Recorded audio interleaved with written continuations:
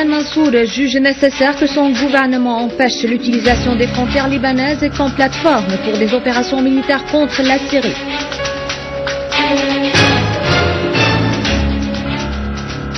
L'Union européenne craint que l'armement occidental de l'opposition syrienne entraîne une course à l'armement et déstabilise la région.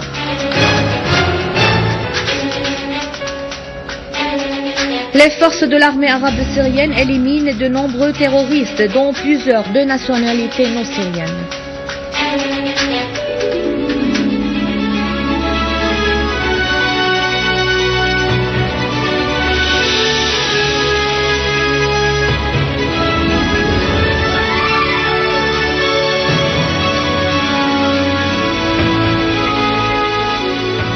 Les détails du journal, bonsoir. Le ministre libanais des Affaires étrangères et des émigrés, Adnan Mansour, a affirmé que l'importance des efforts déployés par le gouvernement libanais afin d'empêcher l'utilisation des frontières du Liban comme base pour des opérations militaires contre la Syrie.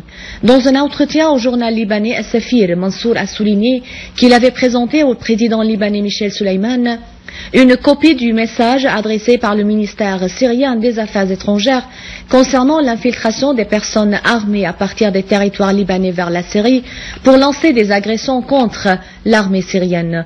Mansour a affirmé la nécessité pour le gouvernement libanais de rester à l'écart des événements en Syrie, mettant en garde contre le danger de la transformation du nord libanais en un camp abritant des personnes armées, car ceci constituerait en même temps une menace pour le Liban.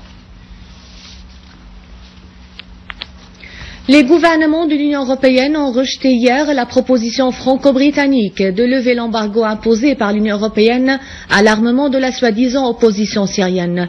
Les Européens ont exprimé leur crainte que cela conduise à enflammer une course à l'armement et à déstabiliser la région. À Bruxelles, des diplomates européens ont précisé dans un communiqué diffusé par Reuters que la France et la Grande-Bretagne n'ont pas obtenu le soutien de l'Union européenne à cet égard lors du sommet tenu hier. Cependant, ces deux pays avaient demandé au ministre européen des Affaires étrangères de réexaminer cette question la semaine prochaine. De son côté, le président du Conseil européen, Herman Van Rompuy, a expliqué au cours d'une conférence de presse suite au sommet de l'Union européenne que les dirigeants européens ont demandé à leur ministre des Affaires étrangères d'examiner cette question en tant que priorité au cours de la réunion qui se tiendra à Dublin les 22 et 23 mars. Auparavant, une source diplomatique bien informée auprès du Conseil européen avait précisé que les discussions à propos de la Syrie figuraient à l'ordre du jour de ce sommet et qu'elles se sont limitées à un échange de vues sur les relations de l'Union européenne et la Russie, sans faire de déclaration officielle. Ces positions reflètent la divergence des points de vue ainsi qu'une division au sein de l'Union européenne après que la République tchèque, l'Allemagne et l'Autriche ont rejeté la levée de l'embargo sur l'armement. Cet embargo a été imposé par l'Union européenne en mai 2012 et doit être renouvelé tous les 3 mois.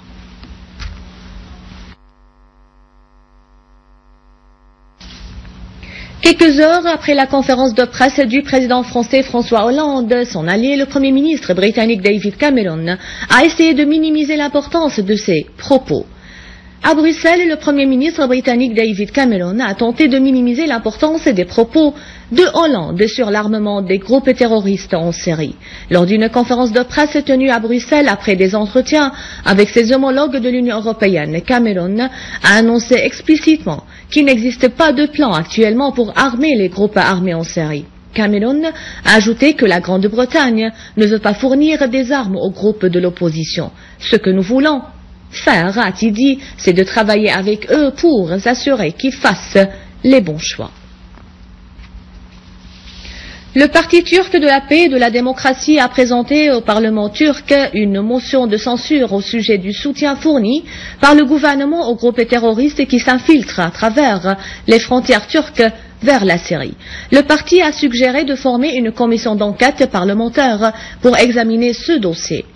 En effet, M. Altan Tan, un des députés de ce parti, a affirmé lors d'une conférence de presse que la politique de Erdogan hostile à la Syrie et son soutien aux terroristes mènent à une augmentation considérable dans les risques de l'expansion des activités des groupes terroristes en Turquie. Erdogan a fourni une aide logistique à des terroristes de diverses nationalités et facilité leur infiltration à travers la ville frontalière de Gilan Binar, a ajouté le député en précisant que des dizaines de plaintes ont été présentées par de nombreuses familles turques dont les fils ont été manipulés, munis de faux papiers et enrôlés pour combattre contre le gouvernement légitime en Syrie.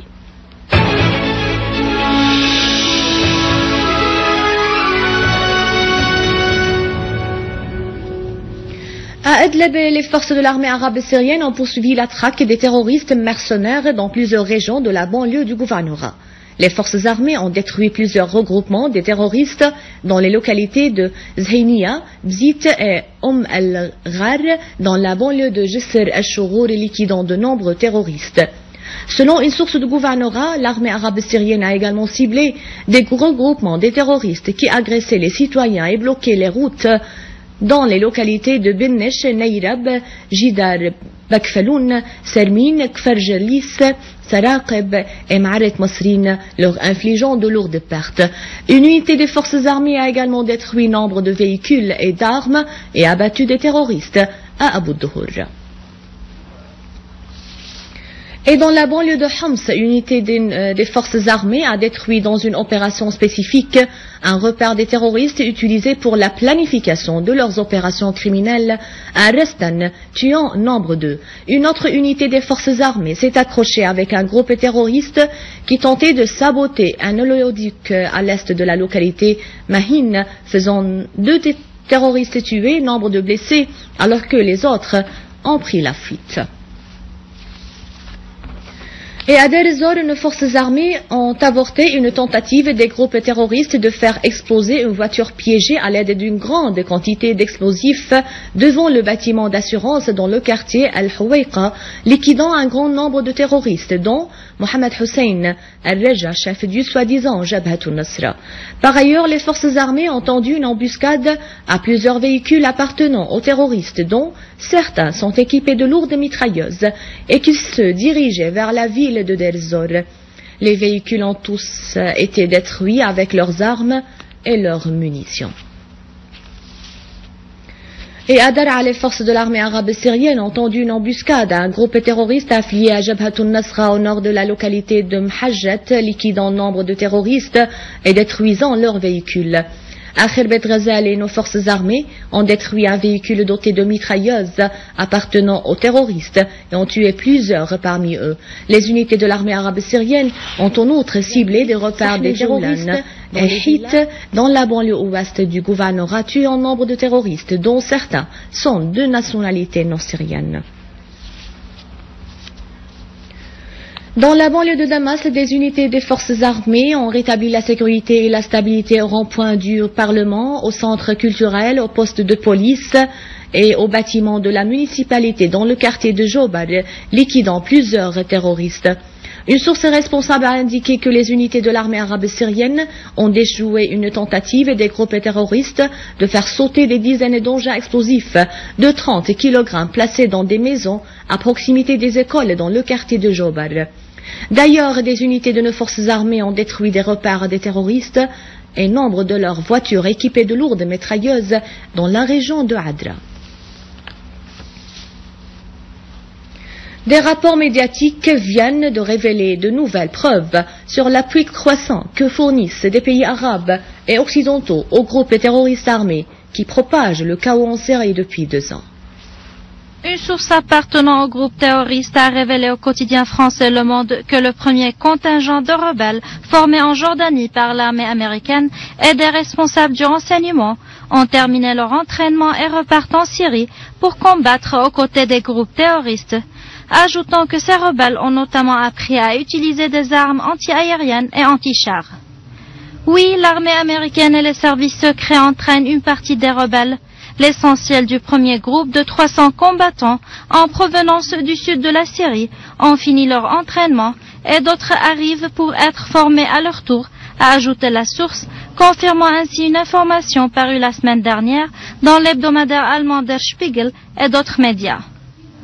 Pour leur part, des sources tunisiennes bien informées ont rapporté que les services de sécurité tunisiens ont commencé à démanteler des réseaux qui sont en train de recruter de centaines de jeunes Tunisiens pour les faire partir en Syrie pour commettre des actes terroristes. Ces réseaux sont très actifs en Tunisie, notamment dans la banlieue nord de la capitale Tunis, affirme le quotidien tunisien Chorouk, ajoutant que les réseaux reçoivent une commission de $3 000 pour chaque jeune Tunisien recruté et que d'énormes sommes d'argent provenant du Qatar sont transférées à ces réseaux. De son côté, le journal électronique Tanit Press a rapporté que plusieurs Tunisiens partis en Syrie ont trouvé la mort alors qu'ils combattaient aux côtés de la soi-disant armée libre ou du Front Al-Nusra, filiale d'Al-Qaïda. Enfin, des responsables sécuritaires et politiques yéménites ont affirmé qu'une équipe des services de renseignement turcs se trouve actuellement au Yémen pour superviser l'envoi de terroristes affiliés au mouvement des frères musulmans en Turquie pour les entraîner puis les transférer en Syrie.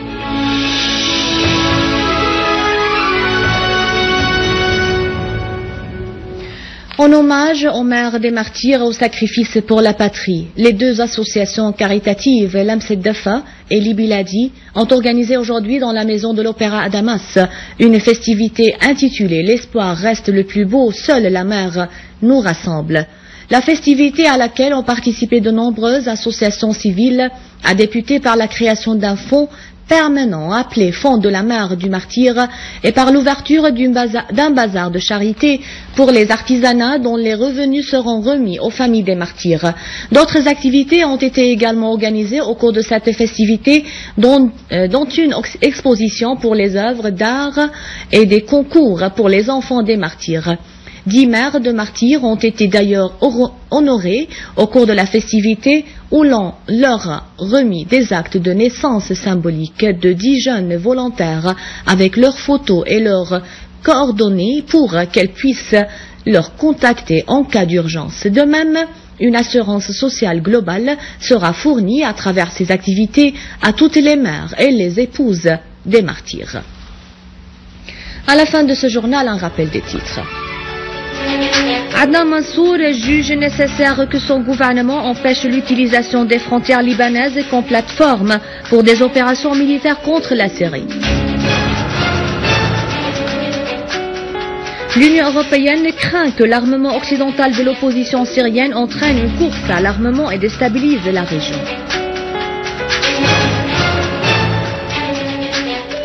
Les forces de l'armée arabe syrienne éliminent de nombreux terroristes, dont plusieurs de nationalité non syrienne. C'est la fin du journal. Merci de l'avoir suivi. Avant de vous quitter, je vous rappelle que vous pouvez visiter le site internet syriaonline.sy pour revoir ce journal et davantage d'informations. Bon après-midi.